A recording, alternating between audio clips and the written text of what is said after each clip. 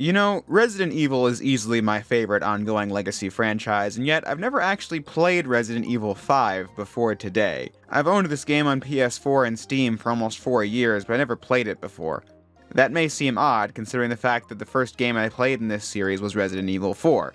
Perhaps one might think the game's revolutionary combat formula would lead me to play its direct sequel. However, I knew that RE5 doubled down on the action of RE4, and that game actually got me more interested in playing the newer, more survival horror-focused games like the remake of Resident Evil 2 or Resident Evil 7. Plus, there was just something about RE5 that made me believe it would be pretty mid, so I didn't try it. Then I decided I would play most of these games for the first time in videos, and thus, I had never played RE5 before today. But shockingly, this is actually one of the most financially successful RE games ever made. To this day, the original 2009 release of RE5 on PlayStation 3 and Xbox 360 is in the top 10 best-selling Capcom games, and you don't have to scroll down very far to find the PS4 and Xbox One remaster at number 33. A lot of people have played RE5, which surprised me when I first saw this list many years ago. At one point, this was the highest-selling game in the series from one version, before RE2 Remake and RE7 overtook it and RE6 as the best-selling ones. But before we get too lost in the sauce of sales data, I'm just trying to illustrate that RE5 is a very widely accessible game that millions of people have played in the last 15 years. It released to very positive reception from critics, but even they mentioned in their reviews that hardcore fans of the old RE games might not enjoy it as much, since it all but confirmed that the direction RE4 went in was now what the series was going to be. And I would say that prediction came true, at least going off my comments who believe that the action-heavy RE games were a mistake. But I'm down to give anything a chance, even if I thought RE5 would be mid. I was especially curious to try this game since the RE4 remake went out of its way to set up the plot of RE5, either to tie into the original or potentially tease a remake of the game, which has sparked a lot of discourse about the possibility of a remake. So in doing this retrospective on RE5, I wanted to see where I stood on that question, which will be discussed at the end. After all was said and done, what did I think of this game after trying it? Well, let's find out. Resident Evil 5. Chris Redfield is an agent of the Bioterrorism Security Assessment Alliance, or BSAA for short, and he's now been sent on a mission to a fictional location in West Africa to investigate the sale of a BOW and put a stop to it. Chris is joined by a woman named Sheva Alomar as she guides him through the region. Along the way, they discover that the people here have been infected by an enhanced version of the RE4 parasite called Las Plagas, turning the locals into the enemies you fight called Magini. Chris has to contend with that, and internally struggle with the supposed passing of his former partner Jill Valentine, and has to confront the past yet again as his former leader, Albert Wesker, is responsible for the latest disaster. Which is all you really need to know to get into this game properly. If you loved Resident Evil 4 like I do, then I feel you will at least like Resident Evil 5, which was more than the case for me.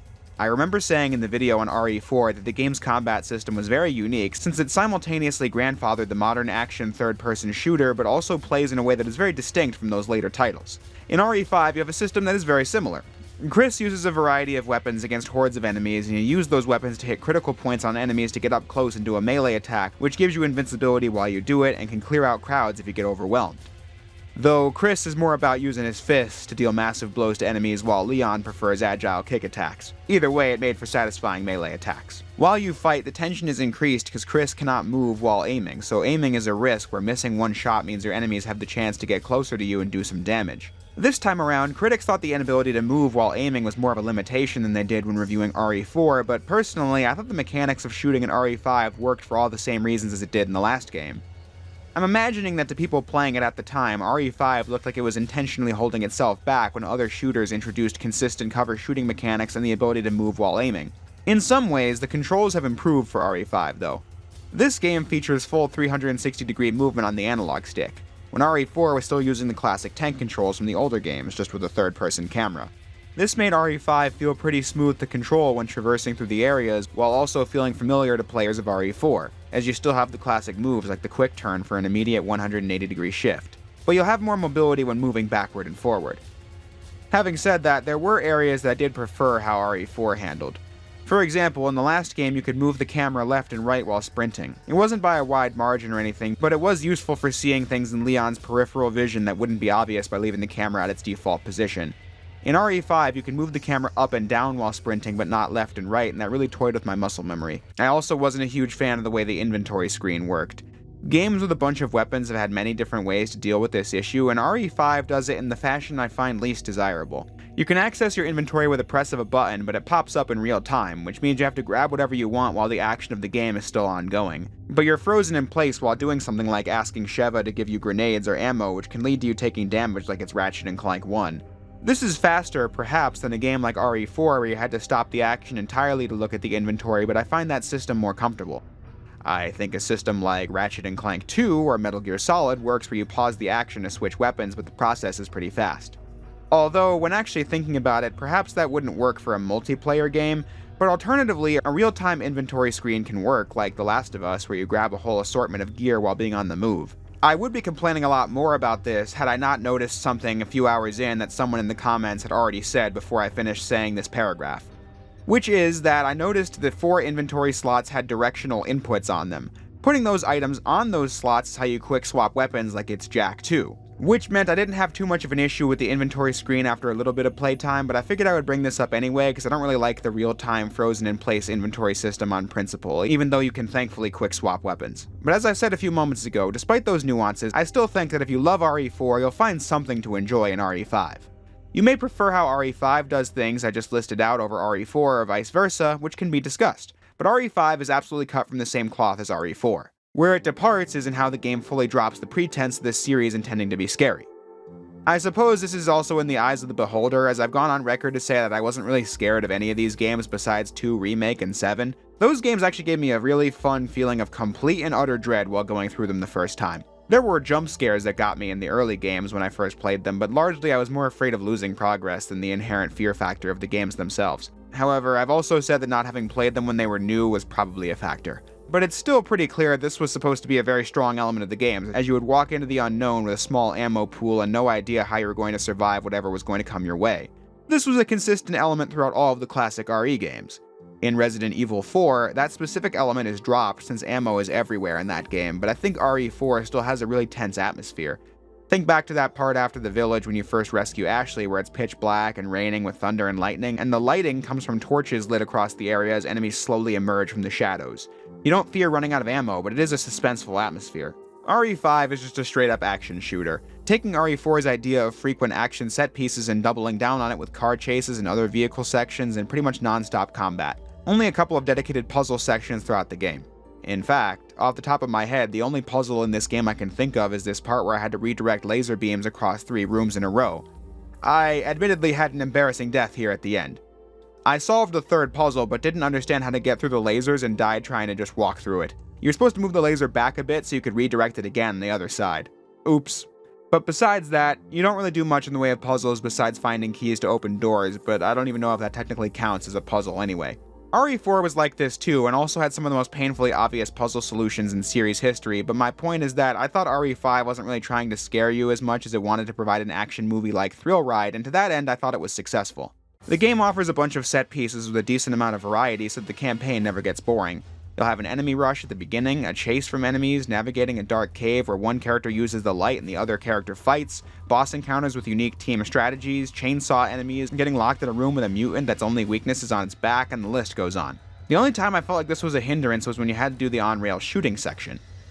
Moments like these are a pace killer because there's no way to skillfully make it go faster, you just sit there and shoot for a few minutes, and then the game relegates the El Gigante boss fight to this shooter setup, which is kind of a letdown compared to RE4. This was far more noticeable the second time I played it. But yeah, while RE5 fully dropped the notion of Resident Evil being a scary series with a slower pace and quiet atmosphere, I never felt like that was the main DNA of the Resi series. I've gone over it multiple times in the past, but what I think makes RE what it is can be summed up in 4 concepts: resource management, tension, exploration, and replayability.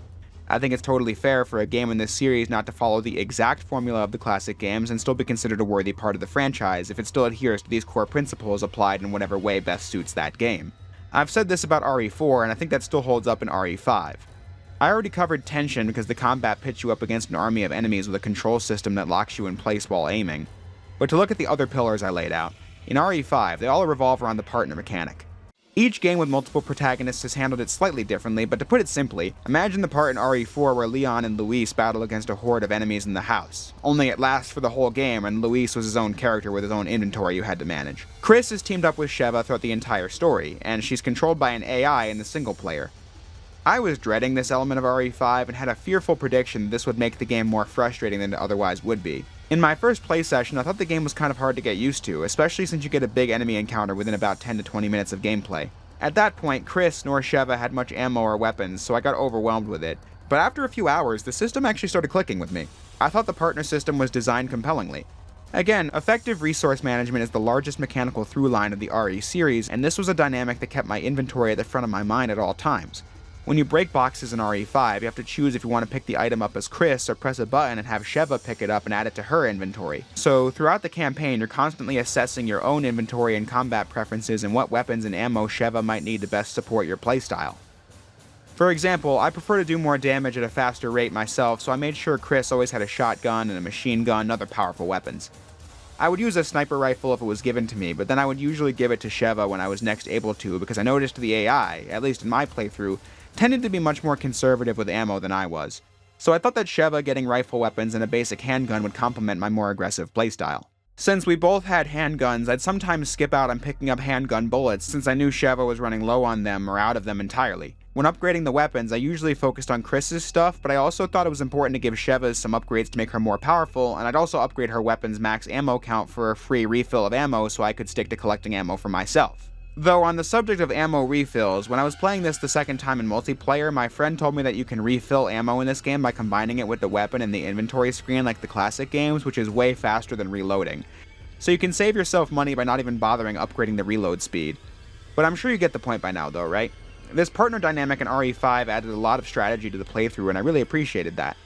It also incentivized exploration as you needed to go through as many nooks and crannies as possible to make sure you were collecting as much ammo as possible, finding all the treasures to sell, and using the money earned to buy more upgrades. This is what made the Marshlands portion so fun to play as you visited all these different spots to grab the necessary collectibles, but also get into engaging combat scenarios and find cool secrets and useful items. This game removed the thing from RE4 where you could increase the value of treasure by combining them before the sale, as this game went with something simpler where you just find treasure and sell it. Whether that's an improvement or a downgrade is a matter of opinion. I can work with either one though, as the system in RE4 didn't really get utilized as much as it could have been, something I really preferred in the remake from last year. But all in all, I thought RE5 systems were pretty engaging. Though I do have some nitpicks. One is how I don't like the way the ammo exchange works in this game. Back in Resident Evil 0, which also had a partner system, you could share ammo in quantities of 5 rounds at a time or some number like that. I wish RE5 did something like that because sometimes I'd want to give Sheva some of my ammo only to lose pretty much my entire stock of it. That made me more apprehensive about sharing ammo to say the least. And this isn't regarding the partner system, but since I'm now talking about picking up items, I might as well touch on it. I don't like how items force you to stop and watch Chris pick them up off the ground. It only lasts like a second or two, but I just thought RE4 was faster, as you just mash through the item collection screen faster than this animation takes. And then other games like Uncharted just made these animations faster. But I'm getting sidetracked here. I want to use this as a moment to speak about the AI in this game. As I alluded to earlier, this is one of the more well-known / infamous elements of RE5, and in my experience of playing it on normal mode, I thought it was alright. I mentioned this earlier that the AI Sheva was pretty reserved in how often it would shoot, which I actually thought complemented my playstyle pretty well, and didn't waste a lot of ammo. Then, whenever I was in trouble, I was rescued pretty quick, and most importantly, the AI was pretty reliable with rushing to heal me whenever I took a big hit. To the point where I automatically gave Sheva pretty much all the healing items I came across so I could use the space for more ammo and weapons. It just became a part of the strategy of the game. But obviously, the AI in this game has many dumb moments, like in Chapter 5-2, where we were doing this double-button security door, and she just tried running through me for several seconds. Also, there would be times where the AI had weapons, but just wouldn't fire them. I was in the final boss, and it would just not shoot Wesker because they only had the grenade launcher and didn't feel like taking the shot. Then, my friend pointed out to me that on professional difficulty especially, the AI just cannot keep up with the demands of the game if you're doing single player, which makes a lot of sense. But when playing on normal, I survived more than I even thought we would. Like in this cave section with a million liquor-type enemies. When Sheva started getting chased by them, I thought she was a goner, but then when we got cornered in a room full of them, I was just firing blindly, hoping to outlast the enemies, and somehow that did not result in my death. The only low point I had with RE5 was this Ouroboros boss fight in 5-2. In theory, it seemed pretty simple. Use fire to expose weak spots and blow it up. It even came with a rechargeable flamethrower in the back to use. But I don't know what happened, I spent over 30 minutes doing this and never won. Seems other players on the internet are talking about this too, so I have to imagine that there's something I missed, but just didn't know.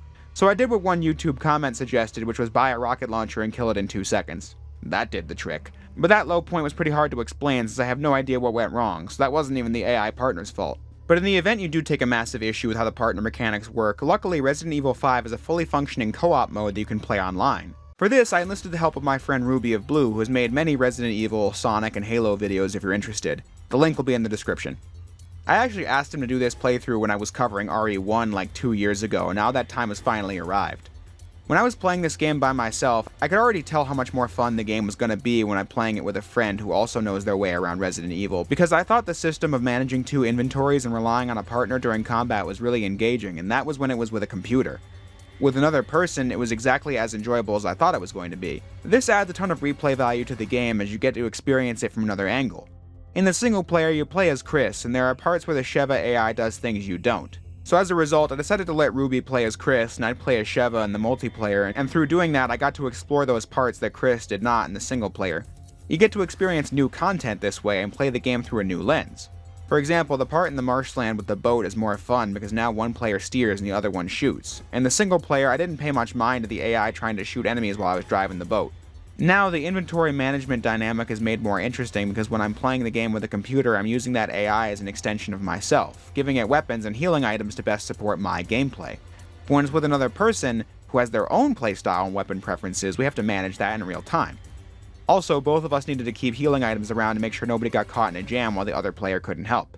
That was important because when you're in the same area, you aren't tethered to the other player, so you can independently explore and fight until you need to be together to go to the next area. I have to say, there are very few multiplayer-driven games that I've ever really gotten into, and there are even fewer multiplayer modes in single-player games that I liked. So what I'm trying to say is that Resident Evil 5 is a game where, despite the hiccups the AI could cause, I enjoyed the single player and then the multiplayer in the game just as, if not more than the single player, allowing me to see the game from a whole new angle. Literally because Sheva is left-handed, which took me a minute to get used to. But like I was saying earlier, replayability is a core pillar of the RE game design, and I think there's a lot of value in playing it more than once in both single and multiplayer. And once you've done all that, there's other post-game content to sink your teeth into. The Mercenaries mode returns from previous games with a bunch of maps and unlockable characters as you survive against a horde of enemies and use item pickups to extend your time. You can even play as Rebecca and Barry from previous games. I highlight that because it was funny to me how Rebecca doesn't do any combat takedowns. She instead uses her newfound passion in pyrotechnics to deal with enemies. And in addition to the Mercenaries mode, you can play DLC levels that expand on the story, like the Lost in Nightmares mode, where you play as Chris and Jill trying to track down Spencer and Wesker before the events of the main story, and then the Desperate Escape level, where Jill and Joshua escape the plant while Chris and Sheva track down and defeat Wesker in the main story, setting up the part where Jill and Josh show up with a chopper for extraction. These were also good modes with the same strengths as the main game, and it was also really cool to see a Jill and Chris team up. Though on the note of story, I guess I haven't talked about it much thus far. This game had an entertaining plot. The stories of the RE games have never been super serious, but RE5 managed to keep me watching the cutscenes because of a few important things.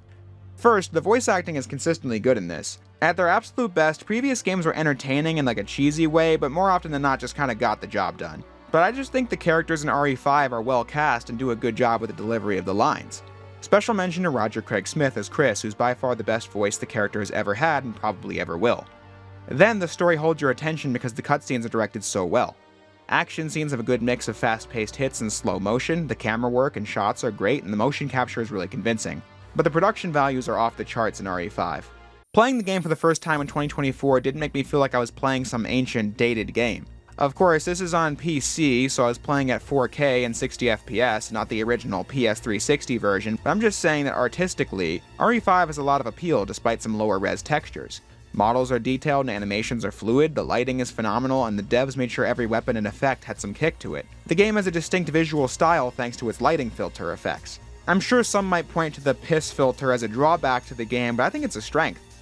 Sure, it's kind of goofy how, like in Breaking Bad, the second a character goes to a foreign country the lighting gets deep fried, but in video games I think this visual style makes RE5 stand out from other military action games that were especially prevalent at the time. It's something where you'll see it and know instantly that it's RE5 and not some other realistic military shooter game. However, I suppose the setting and its depiction warrant some extra discussion.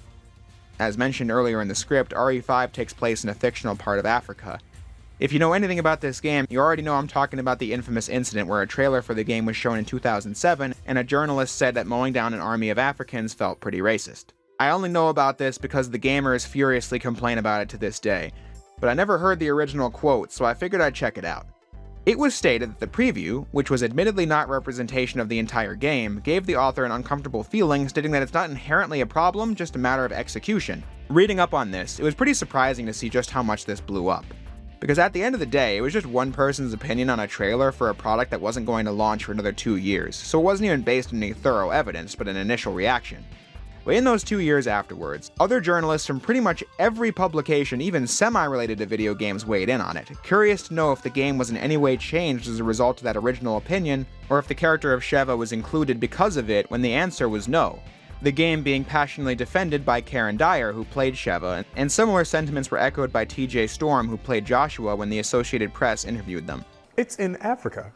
It's been in Antarctica. It's been, I think, in Spain. It's been in the Midwest. It wasn't racist then. Why should it be racist now? It's in Africa. Have fun with the game. Play the game. There are Africans in Africa, but there's other people. You see, in the game, actually, I believe you see some Arabics, some Europeans. They're all running around.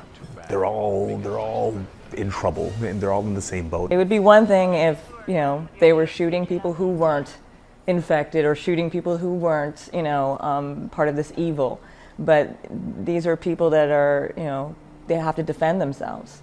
They are what they are, Majini, infected individuals that are coming to hack you. As I said, this blew the hell up, to the point where Glenn Bauman, a social anthropologist at the University of Kent, weighed in and said the allegation was silly, especially because of how RE5 has anti-colonial messaging baked into the story, as the villagers you fight are the unknowing victims of the villainous corporation doing experiments. But regardless, Capcom Japan knew they never wanted a scandal like this to ever happen again, so going forward, all games are going to be conceptualized alongside Capcom USA to specifically make sure that such a thing would probably never occur again, and it seems the results have been exactly that. Needless to say, if you ever see the gamers rage about how an RE5 remake is going to change everything to appease the mob of people calling the game racist, just know that it never really happened in the first place. A statement was made, and in the eyes of the people who worked on it and the general audience, it didn't really hold up to scrutiny once the game was out. So I doubt many of the enemies will be that different if they actually decided to remake RE5, but these are the same kinds of people who preemptively raged about Krauser getting cut from RE4 Remake because the dev team wanted to tear down masculinity in men, or whatever other ludicrous conspiracy these people rage about. That one didn't age well. I set out to research the subject after playing the game because I never really knew the details of the potential issue and wanted to experience it blindly. Yeah, I can agree there aren't really that many teeth to the argument. The only time I ever thought, the hell, to myself was when you had to battle tribal enemies jumping up and down and tossing spears and shit. But that's not to say tribes don't exist anymore, I just thought this was a particularly cartoony depiction. However, for the rest of the game, I really did just think it was as simple as this. The game takes place there, so that's what the enemies look like. It's about as insensitive as the original Resident Evil 4, which saw the enemies speaking Spanish in a South American dialect when it took place in Spain. This is to say, not a big deal, but it's definitely something that could be adjusted in a remake like RE4 Remake did for that very issue. But it certainly never brought down my experience with the game, as I thought the mechanics were really solid throughout and it came together in a pretty cool climax. The stories of these games were never trying to be the most complex or thought-provoking. I still thought RE5 was engaging as someone who has played and replayed all the previous games, and I imagine it was doubly so for fans who had been there since the beginning. RE5 is the first game to actually show Spencer and his death and give even more info on the origins of the Umbrella Corporation, and it also has a satisfying ending for the Chris vs. Wesker saga. A divisive element of Resident Evil 4 was how the game unceremoniously claimed that Umbrella went out of business sometime between the events of Code Veronica and RE4, despite the fact that RE1, 2, 3, CV, and 0 did so much to build up to some big confrontation with Umbrella. RE4 did this because the dev team just wanted to do something completely new with the enemies, which I can respect. But I like how RE5 takes that and runs with it, while also making sure the series' main villain gets a proper finale. In RE5, we see how other companies are filling the shoes left behind by Umbrella by making more vicious BOWs, and Wesker's at the center of it. Fitting that his final game is one starring Chris, because the rivalry between these two specifically was the one the games were building up to. Starting with that hilarious cutscene of RE1 when Chris laughed at the tyrant monster to Wesker's comedic disappointment. And then that origin story got redone really well in the remake. But then Wesker came back and got superpowers in CV, and Chris could barely get past him. You just wonder, how the heck is he possibly going to be beaten now? Well, this game answers that with a lot of flashy fight scenes and a huge climactic multi-stage boss battle. One that pays off Chris's arc in this game, as it turns out that Jill, the other character with a history with Wesker, seemingly died saving Chris the last time they fought with him, which makes Chris a little reluctant about the whole partner thing at the beginning of the story, but it's only teaming up with Sheva that allows Chris to win the day and also discover that Jill is still alive and under Wesker's mind control before Chris and Sheva save her. The actual final boss battle going completely nuts as Wesker has these huge arms that go flying all over the place, and Chris casually punches a boulder into the lava to give Sheva a platform at one point. I just wanted to bring that up because that was actually one of the only things I knew happened in this game before I played it, and now that I have the context, I can say it's actually funnier if you do. Because it isn't even some big moment that caps off the boss, it just happens completely matter-of-factly in the middle of it like it's not a big deal or totally outrageous, and I have to admire that fact. As in the end, the duo finishes Wesker with 2 rockets to the face as the game swiftly moves towards its conclusion. When thinking of Resident Evil 5 after writing the whole script, I must say, it's a lot more positive than I was expecting, even after playing it. Which got me thinking, what is my opinion of this game overall? Well, I thought it was really good. The game is polished and still holds up to this day in production values and gameplay. The game is just really damn good, and that was more than I thought I'd be saying since I genuinely predicted I was going to say the game was mid and move on. The game really pulled me in after the first 2 hours or so once I got used to its systems, but then once I realized that I greatly enjoyed RE5, showing that Resident Evil really is one of the most consistently good franchises ever made, I wondered how I would rank it among the others in the series. Since this is a franchise that houses some of my favorite games ever made, could it really compare? Well, I don't envision myself replaying this one like RE4 or RE2 Remake, or even some of the other ones I revisit often like the OG RE2 or the original Remake. That is thanks to the fact that I felt like RE5 was kinda long, so I don't even know if it's the most replayable thing out there, but I'm confident I'd have a good time with it if I did, since I felt like the game was pretty well designed and well made outside of a few moments where I had issues with the partner AI. There isn't a whole lot I can look to and be like, wow, what a misfire they had there. I just really liked it. Now, the discourse is heavily revolving around what an RE5 remake could be like and if such a thing would ever need to exist. As I've said in the past, what games deserve remakes isn't really up to me. There are some things I want to see more than others, but we're talking about the modern RE team. They've hit so many times now that I know whatever they do is probably going to be really good. So whether it's RE9, Code Veronica Remake, RE5, or RE1 again, or Zero even, is probably going to be awesome. But philosophically, I would say that RE5 Remake is probably the project I'd want to see the least. Code Veronica Remake's the one I want to see the most, if you're curious. But RE5 I just feel like is unnecessary. Not because there's nothing you can do with it to make the game even better or add to the mechanics, I just feel like the original still has a contemporary feeling to it. Especially in the cutscenes and voice acting department. But that's the thing. People, myself included, said that regarding the prospect of a Resident Evil 4 remake and dismissed the idea of an RE4 remake out of hand. When what we got was one of the highest rated games of last year that stands perfectly well alongside the original as a based action title, if you ask me. This is why I say I'm perfectly open to an RE5 remake, because I can see they can come up with some new ideas that expand on the original gameplay. I trust this dev team 100%. But since RE5 still feels contemporary in a way I don't even think RE4 does, I would just love to see a new game entirely, or a game like Code Veronica get that treatment, since it would be expanding on and improving a game with a lot of cool ideas and important story moments that is also one of the more difficult fixed camera games to get into. But I don't profess to know everything, let alone what's best for Resident Evil, I just know this. RE5 was pretty damn good, and I'm sure I'll play it again, and that conclusion defied my expectations, and I'm happy to say so. With that said, the next video will be about Resident Evil 6, which is a lot more infamous than RE5 ever was, and is usually mentioned when the conversation of worst RE game, that counts, is brought up. I have sampled this one in the past, but never really played it all the way through. So whatever I end up thinking about it, you shall be the first ones to know come next week. Until then, I'll say what I always do. If you made it this far into the video, I thank you all for watching, and I'll see you next time.